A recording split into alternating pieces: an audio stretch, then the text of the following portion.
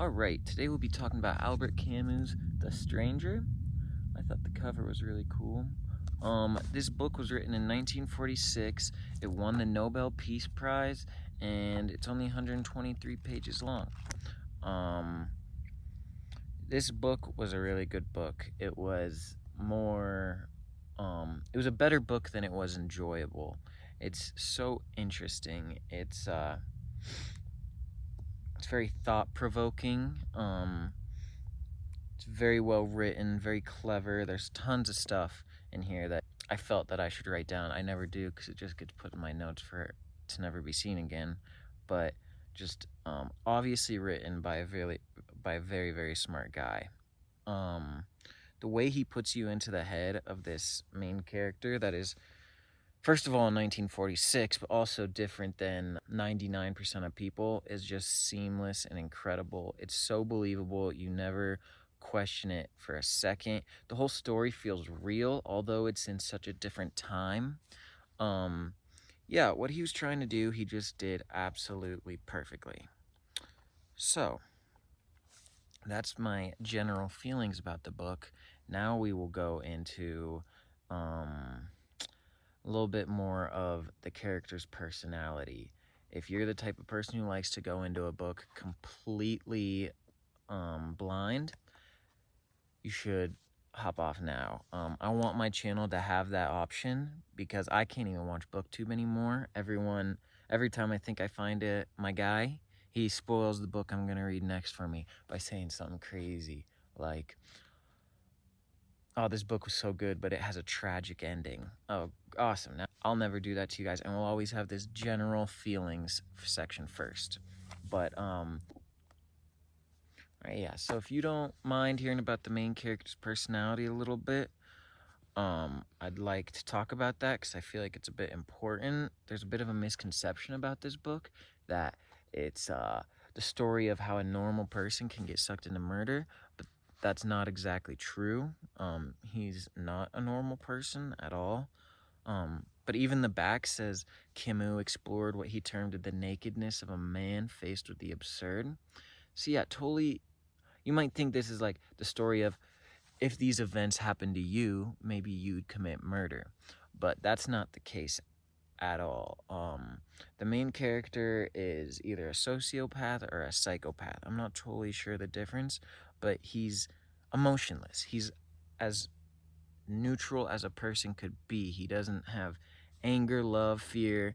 Yeah, maybe he has fear. I don't know, but he's as close to being inanimate as a human could be. He doesn't care about anything. His whole, even basic decisions, he just doesn't care one way or the other what happens. It's like he's just floating through life. So he's very not normal, and yeah, if what happened in this book to me, or if what happened in this book happened to me, or I hope you, we would not end up killing someone. So it's not that story. It's different. It doesn't make it any less good.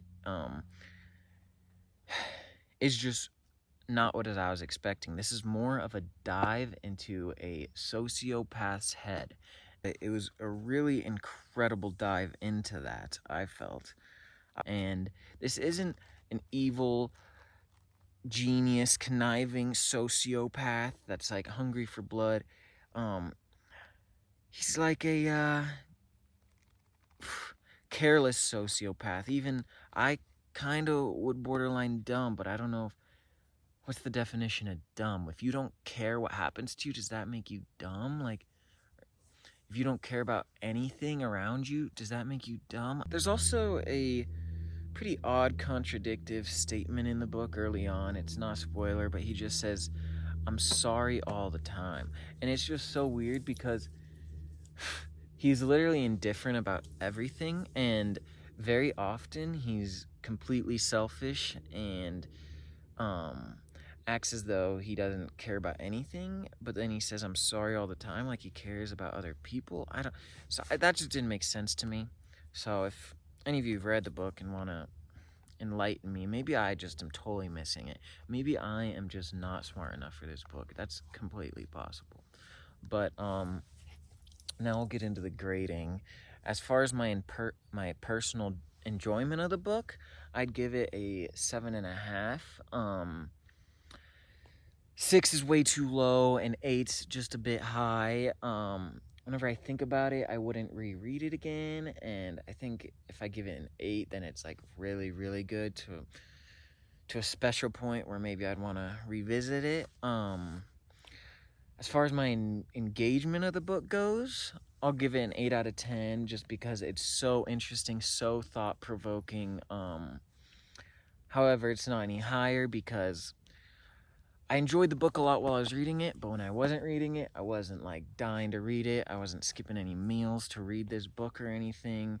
So yeah, 8 out of 10, really good. All right, now for my more objective, would I recommend this book with my bias out of the way rating? This goes back to this is a better book than it was enjoyable. It is such a good book. It is so thought-provoking. It is so interesting. It's so different. It's so perfectly done for what he was trying to do. It won the Nobel Peace Prize. This is such an easy book to recommend. And it's so short. It's such a low commitment. You should absolutely read this book. All right, well, I think that wraps it up, guys. Thank you guys so much for coming and watching. If you have any good recommendations, please let me know. I like books that are clever and funny and human and real. I care less about the overarching story in my books and more about the enjoyment of each page and the little things. Kind of like how I'm in real life. I like the little things.